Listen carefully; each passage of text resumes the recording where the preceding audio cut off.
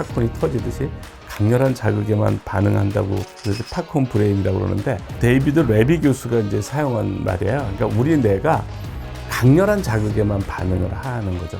웬만한 자극에는 별로 반응을 안 하는 거야. 그러니까 뇌가 이제 손상된 건데 그러다 보면 일상의 소소한 즐거움을 느끼지를 못해요. 그 다음에 이제 일상생활에 흥미를 잃는 거예요. 중독적인 또 그 자극이 센 그런 컨텐츠에 많이 노출이 되면 큰 자극에만 반응을 하니까 작은 자극에는 반응을 안 하는 거죠.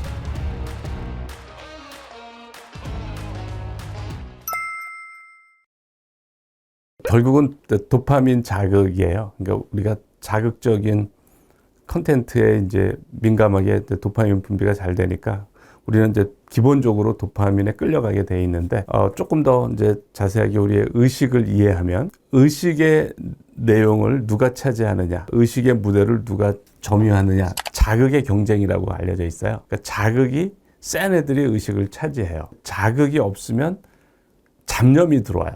잡념이 들어오는 건 좋은데 그 잡념은 한 70% 이상은 부정적인 생각이라고 알려져 있어요. 그러니까 뭐 쓸데없는 걱정이라든가 미래에 대한 불안이라든가 이제 이런 거가 들어오게 돼 있어요. 그러니까 그런 거를 싫어하는 거예요, 사람들이. 그러니까 그 상태를 피하려고 하는 거죠. 그걸 피하려고 뭔가에 몰입하려고요. 뭔가에 집중하면 이걸 피할 수가 있으니까. 그런데 이제 자극적인 영상이 거기에 딱 맞는 거죠. 재미도 있고 이게 도파민도 나오고 내가 어떤 무료하다고 생각하는 상태를 피할 수가 있으니까. 그래서 이제 그게 더 많은 사람들이 그런 상태를 피하고 싶고 하고 또 뭔가 자극적인 컨텐츠가 나를 끄니까 그 숏폼이나 자극적인 컨텐츠를 자꾸 보게 되고 그래서 더 큰 자극을 또 찾게 되고 이런 악순환이 되는 겁니다. 그러니까 자극적인 컨텐츠가 나오면 이제 우리 뇌는 그게 비상사태거든요. 그러면은 편도체가 활성화가 돼요. 편도체가 활성화가 되면 편도체가 우세하게 되는 거예요. 감정의 뇌가 우세하게 되고 판단을 하고 생각을 하고 하는 고도의 지적인 활동인 전두엽은 활동을 안 하게 됩니다. 그러면 이제 우리 뇌는 유짓과 루짓이라는 원칙이 있어요. 사용을 하면 할수록 발달이 되고 사용을 안 하면 퇴화가 돼요. 그러니까 이제 편도체 활성화는 계속 민감하게 일어나고 전두엽은 쓸 일이 없으니까 집중을 하고 뭐 분석하고 사고하고 인간의 그 높은 지적인 활동을 할 수 있는 전두엽은 사용을 자꾸 안 하니까 일종의 퇴화가 되는 거예요. 전두엽이 이 감정을 억제하고 이렇게 이걸 통제해야 되는데 이게 퇴화가 되니까 감정에 내가 이제 우세한 사람이 되니까 뭐 화를 못 참고 뭐 인내력이 없고 내가 정작 집중해야 되는 거에 집중을 못 하는 거죠.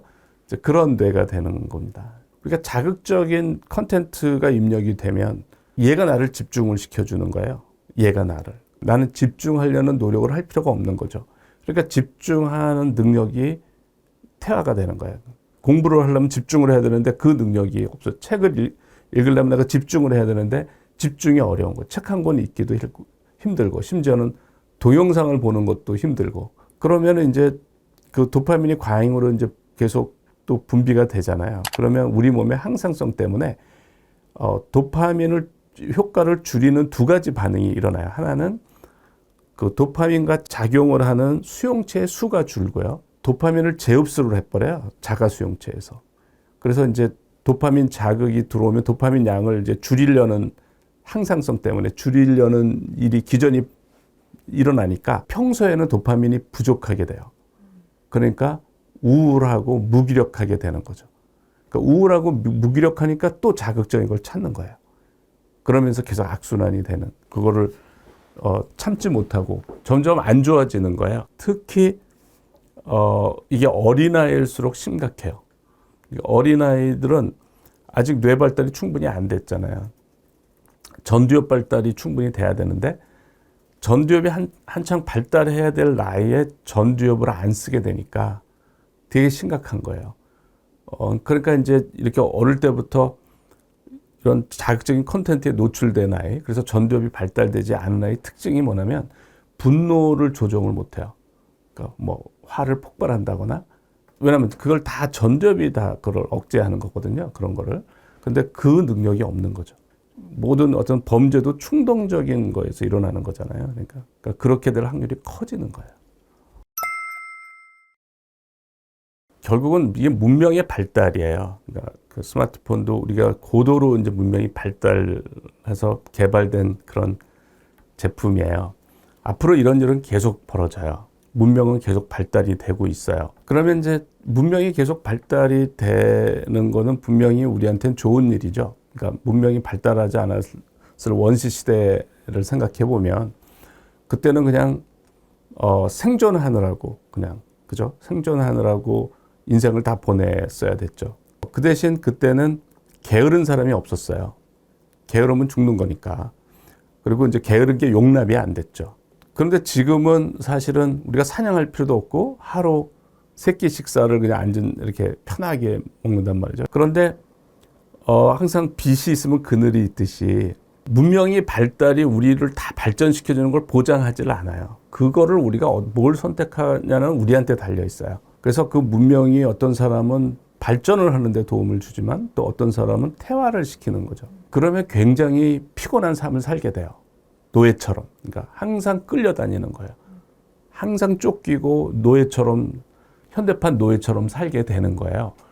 이거는 문명이 발달할수록 이건 더 심해져요. 이거는. 나는 집중하기가 싫고 뭔가 몰입하는 능력이 없고 뭐 이제 그런 사람은 그 문명이 발달하지 않은 사회, 그런 곳에서 살면은 게을러도 되고 집중을 안 해도 돼. 그런데 이런 고도로 발달된 문명 속에 살려면 내가 이 문명에 걸맞게 집중할 수 있는 능력, 몰입할 수 있는 능력, 그러니까 고도로 낮은 확률을 구현할 수 있는 능력을 내가 배양을 해야지. 그렇지 않으면 중독이 되게 되고 나를 뭐 어쨌든 파멸시키는 그런 걸로 가게 되는 거죠. 결국은 나도 여기에 걸맞게 나를 통제할 수 있는 능력, 그러니까 그게 전두엽인데 그런 전두엽이 발달이 돼야 되고, 전두엽이 발달이 되면 발달이 안 된 거랑 어떻게 차이가 있느냐. 스마트폰에 막 자극적인 내용에 누구나 노출될 수는 있어요. 뭐 누구나, 뭐 저도 그렇고 누구나. 그런데 전두엽이 발달이 되면 하다가 내가 왜 이렇게 쓸데없는 걸 하게 되지? 이런 생각을 할 수 있는 사람이 전두엽이 발달이 된 거예요. 근데 그런 생각을 못하고 계속 가는 사람들이 전두엽이 발달이 안 된 거예요. 그러니까 전두엽이 발달이 안 돼 있으면 동물적이야. 내가 이게 재밌는 거 하는데 못하게 해. 그러니까 나는 미운 거야. 그러니까 무조건 그냥 미운 거야. 내가 하고자 하는 거를 막았기 때문에 이렇게 되는 거야. 그러니까 전두엽을 발달시키는 거가 무지 중요한 거고, 또 이렇게 내가 고도로 달성하기 힘든 낮은 확률을 달성할 수 있는 능력, 뭐 집중하는 능력, 몰입하는 능력, 이제 이런 능력이 있어야 되는 거예요. 그래야 피곤하지 않게 살 수가 있는 거예요.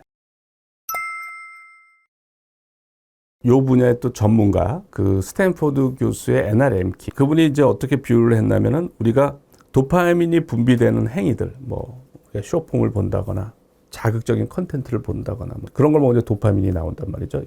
이런 도파민이 나오는 행위를 하면 우리 몸의 항상성 때문에 그걸 이제 시소로 비유를 했어요. 이 도파민이 많이 나오니까 이제 쾌락의 추가 내려가는 거죠. 그러면 이 시소를 평형으로 맞추려고 고통의 물질이 쌓인다라는 거예요. 그러다가 이제 이 도파민 소스가 없어지면 고통 쪽이 기울는다는 거예요. 그래서 우리는 더 많은 고통을 느낀다. 그래서 우리가 그런 쾌락을 추구해가지고 결국 행복을 차지할 수가 없다. 그래서 이분은 뭘 제안하냐면 고통을 선택하라라고 그러는 거예요. 그러니까 그 고통은 뭐냐면 뭐 공부도 고통이죠. 운동도 고통이고 이런 걸 하면 실제로 그 도파민이 나오는 거를 측정을 했더니 상당히 많은 양이 나오더라라는 거예요. 도파민이 분비되는 거가. 그리고 심지어는 뭐 찬물 샤워를 했을 때는 뭐 코케일을 흡입했을 때만큼이 나온대요. 그 양이. 그리고 굉장히 지속이 된대요.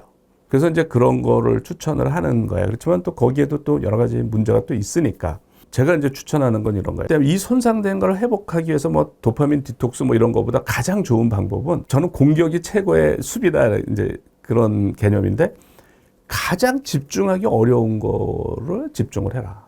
그러니까 예를 들어서 풀리지 않는 문제, 저는 그거를 되게 좋아해요. 이게 읽었는데 모르겠어 내가 전혀. 가장 집중이 어려워요. 그러니까 가장 자극이 가장 작으니까 잡념이 계속 들어오는 거죠. 잡념이 들어오는데 나는 잡념이 들어왔네 하고 또 그 의식의 무대에 쫓겨나를 또 올려놔. 그러니까 이게 가장 극단적으로 집중이 어려운 거예요. 근데 이거를 하려는 노력을 하면 엄청나게 집중력이 발달이 되는 거예요. 내가 미지에 배우지도 않은 문제를 풀어야 되고 막 이러니까 그렇잖아요. 최고의 노력을 해야 되는 거죠. 최고의 지적인 노력을 해야 돼. 근데 그거를 저는 쫓기면서 하지 말고 마음 편안하게 쫓기지 말고 쉬는 듯이 느긋하게 슬로우 싱킹 방식으로 하라는 거고요. 그러니까 꼭 참선하듯이 하는 거예요. 말하자면 그렇게 편안하게 하는 겁니다. 졸리면 선잠 자고. 그렇게 했을 때 가장 집중이 안 되는 문제에 집중하려면 전두엽도 가장 빠른 속도로 회복이 된다. 제가 말하는 의도적인 몰입이 가장 공격적이에요. 그러니까 가장 집중이 안 되는 거에 집중하려는 노력을 해라. 그러면 원리상으로 당신의 집중력과 손상된 전두엽의 회복 속도가 가장 빠르다. 이제 그런 거죠.